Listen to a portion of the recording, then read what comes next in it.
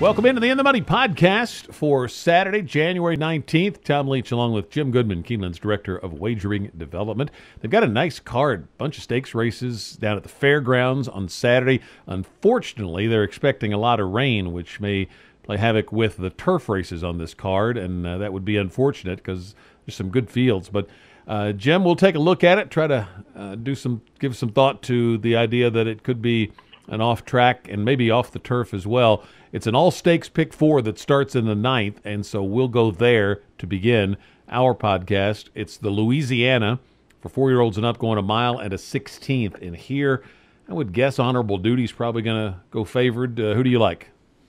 I would think so, but I'm not sure that Honorable Duty is right. I mean, the marathon, he pulled up, and they vanned him off, and if he runs back to his other races prior to that, I mean, he can wire this field, but I'm not sure that he's 100%.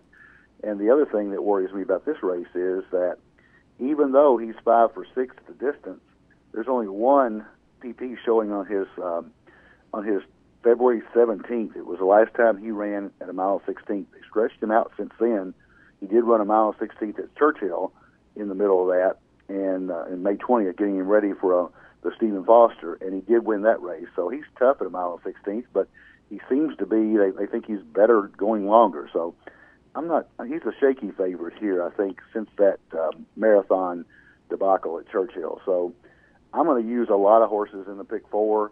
Honorable Duty would be my pick inside the race, but I think Silver Dust with a 421 wet number, Pioneer Spirit with a 418 wet number, Snapper Sinclair with a 414 wet number, all need to be considered, especially if it's a sloppy track. And Fat Man has 2 off-track wins. So I think going deep in here, unless you're convinced Honorable Duty, going deep is the right way to play the pick 4. If I were playing inside the race, I'd put Honorable Duty on top, but I'd also back it up in a trifecta wheel with him second. I am going to go to Harlan Punch in here on the angle that it's this horse improved in his first start for Brad Cox, and then Cox wins at 29%, second off this kind of layoff. Horses run well on off tracks, and I'm going to think the move to the Cox barn might move this one up. I'm like you, I got some questions about Honorable Duty. I'll have to use them when we get to the pick 4, but not real wild about him. Silver Dust, if this one runs in here, he's entered in the next race as well. If he runs, I would include him. Snapper Sinclair, I liked a little bit last time and just ran so-so, but I'm going to give that one another chance. If you go one more, Fat Man, the 3, I think would probably be the one I'd take a look at. But Harlan Punch is going to be my win pick, but I'm going to go probably at least 4 deep in here when we get to the pick 4. 10th race is the Colonel E.R. Bradley Handicap. This is about a mile and an 1/8 on the turf for 4-year-olds and up. If it stays on the grass, I'm going with Big Changes, who I think can bounce back after a couple of races where he ran okay, just didn't continue the win streak. And I like the post position here down on the inside out of the 2-hole. If this switches to the main track, I'm going to leave this horse on the ticket because I think he's got the pedigree to like the slop.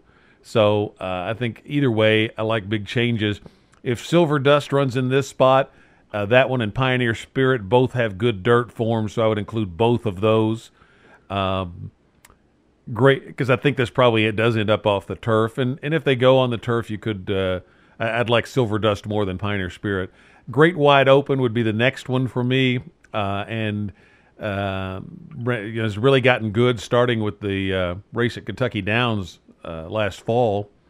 This is a tough spot, especially if you don't know what surface it'll be on. Team Colors and First Premio or a couple of others I could take a look at in here, but I'm just going to key around Big Changes, I think. How about you?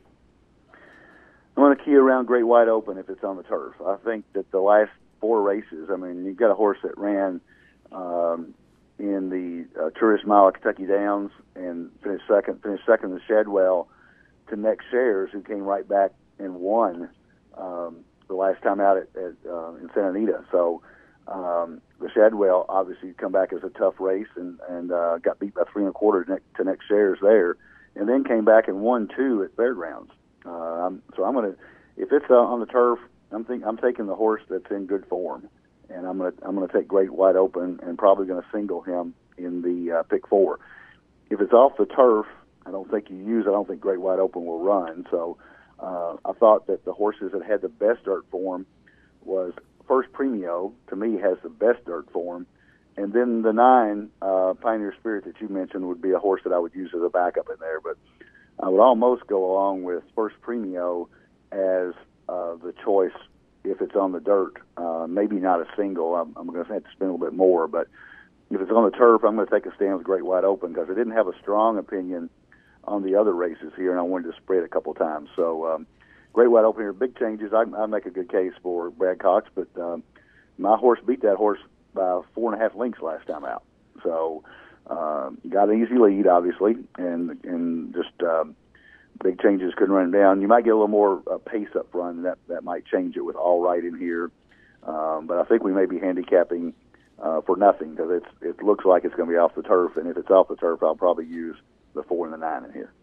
Go to the Silver Bullet Day. This is a prep on the road to the Kentucky Oaks for 3-year-old fillies going 1 mile and 70 yards. Tell me how you see this one. I looked at it, and I looked at the horses that have proven themselves both on good surfaces and on sloppy surfaces, and I came down with 2 horses. That's Leora for Wayne Catalano, who won the Goldenrod on a sloppy track at Churchill last out at 27-1. I saw her run by my pick Restless Rider down the stretch or just held on. I'm sorry, Restless Rider was coming, and she held on by a nose. I think that sets her up well for this race, and especially the track is off. But the other horse that has run really well on a sloppy track is Needs Supervision, the 5 horse for Joe Rocco. Ran an 83 buyer in a $75,000 claimer at Churchill, which is a much better speed figure than Leora got. I'm going to take a stand with those 2 in the pick 4. I think that, especially if the track comes up off, they've got a huge advantage on these other horses. Nobody else is running anywhere close to those numbers, and they've both proven they can win on a wet track. Cowgirls Like Us won on a sloppy track at Retama. Questionable quality of the horses that she beat there, and the buyer didn't come up very good, and she hasn't shown that much improvement. So I would use Leora and Needs Supervision, take a stand with those 2 in this race. I'm going to go to the outside here on Mandy Blue. I think there's a pedigree to love the slop for this horse. And I also like the fact that she improved around 2 turns. And you get Brad Cox, again, here I like, and he gets his main man, Florent Giroux, to ride this one for the first time. So on those angles, I'm going to go with that horse. But Leora is a strong kind of almost co-favorite for me. Next Needs Supervision was the next one I had on my list. Fun Finder I thought was a little interesting out of a big wake-up last time for Kenny McPeak, and now his horses really run well, stretching out, and I could see her coming back, and running another good one and being in the mix here. But I'm going to go with Mandy Blue as my pick over Leora here in a close call. 12th race is the Grade 3 Lecomte. It's for the 3-year-olds going 1 mile and 70, and you've got a full field entered if it stays intact with the weather. I ended up going on tight 10 for a little bit of a price here. First, there's a 440 mud number on this horse, and you look at the race on September 15th, that was good speed. I think that being up close will be favorable if it comes up sloppy. And I thought this horse has worked well into this race. So with the works, the speed, I like that Asmussen off a runner-up effort on that September 15th race, put this one right back in the Breeders' Cup Juvenile instead of looking for a softer spot. So I'm going tight 10 here. Manny Wah, who I picked last time and got up for second, I thought that was an improved race for that horse. Got a 91 buyer figure, which was a big jump up. I think Royland for Tom Amos is an interesting horse at a price in here. War of Will from the Cassie barn. If you go deeper, Mal Pace for Joe Sharp, number 2, and Mr. Money, the 4. So I don't have a real strong opinion in here. I'm going to spread in the pick 4, but tight 10 is my win pick for a bit of an upset in the Lecomte. How about you? I think I'm going to spread a little further than you are. I think what happened with this race is that the post position draw really equaled out the race. If tight 10 and plus Q Parfait and Manny Wah were in the 3, 4, and 5 holes, I would almost take a stand with those 3 horses. But the fact that they're in the 11, 12, and 13 holes, and there's a question about the track, and normally Fairgrounds is a speed-favoring track when it's sloppy, makes me wonder about those three horses, even though I think they're three of the best horses in the race. I'm going to include them in the pick four, but I would take a swing here at a horse that ran behind Maniwa in that last race, Hog Creek Hustle. Gets a much better post position draw here in reference to Maniwa. He's in the 6th hole. Gets what I think is an outstanding rider change from Corey Lannery to Florent Giroux. Florent's riding much better than Corey is right now, although I respect Corey as a rider. He may fit this horse better. Post position is better. Wet number is not outstanding, but you don't know how he's going to run in the wet. So I'm going to take Hog Creek Hustle in a 12-1 shot. I don't think you're going to get 12-1 with Giroux riding. But also to use Tackett, the 3-horse, Mr. Money, the 4, War of Will, the 8, and the 3 horses that I mentioned on the outside. I think the race is wide open. One of the handicappers that I greatly admire, Michael Baychok, who won the NHC a few years ago, tweeted out yesterday, he said, there's plenty of value in the Lecomte. I just got to find it. So if you can find it, you can make some money in this race, because I don't think you're going to get a 2-1 favorite. I think it's wide open in a lot of ways. Yeah, I think this is a really tough one. I think you're going to get a nice price in exactas and tries if you can hit them in this spot, because the money's really going to be spread out. So let's talk about the pick 4 ticket. It starts, there's actually a late pick 4. We're going to look at the all stakes pick 4 that starts in the 9th.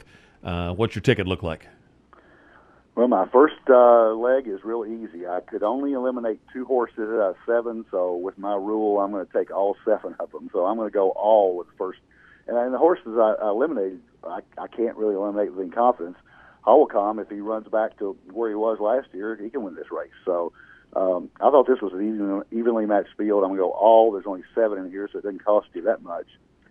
Then if it's on the turf, I'm going to single Great Wide Open, the 8 horse. So my main ticket is going to be all in the first leg with 8, with the caveat that if it's off the turf, I would use the 4 and the 9 in here, Pioneer Spirit and First Premio, assuming the 8. If it's off the turf, I wouldn't even use the 8. So, and then going too deep in the Silver Bullet Day with Leora the 4 and Need Supervision the 5, and then going 7 deep in the last leg. I could make a case for an all here, but I did eliminate a couple of horses. 3, 4, 6, 8, 11, 12, 13, with the 6 being my top choice. So my pick 4 is all with 8, with 4, 5, with 3, 4, 6, 8, 11, 12, 13 for $49. I am going kind of a conditional ticket as well. I take 4 horses in the first leg, the 1, 2, 5, 7. It's Snapper Sinclair, Harlan Punch, Silver Dust, and Honorable Duty.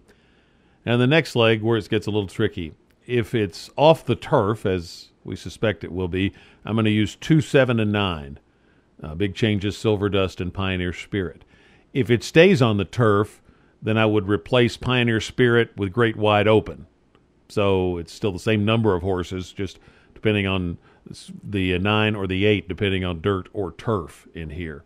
And I would also say if Silver Dust scratches out of the Louisiana, then I'm just going to stick with 3 in there and move Silver Dust to the second leg of the pick 4, which won't change the cost of the ticket at all. So the 11th race, I'm going to take 2 horses, Mandy Blue and Leora, and then I'm going 5 deep in the last leg, which is 11, 13, 7, 8, and 2.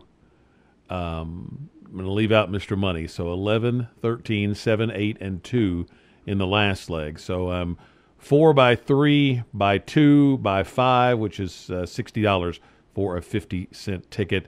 And you're going to have to be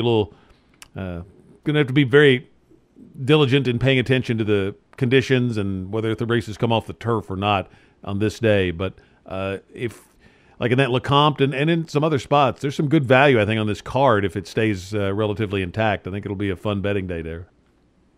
Yeah, I think so too. The last weather forecast that I looked at said 100% chance of rain. So, well, that doesn't leave much room for error.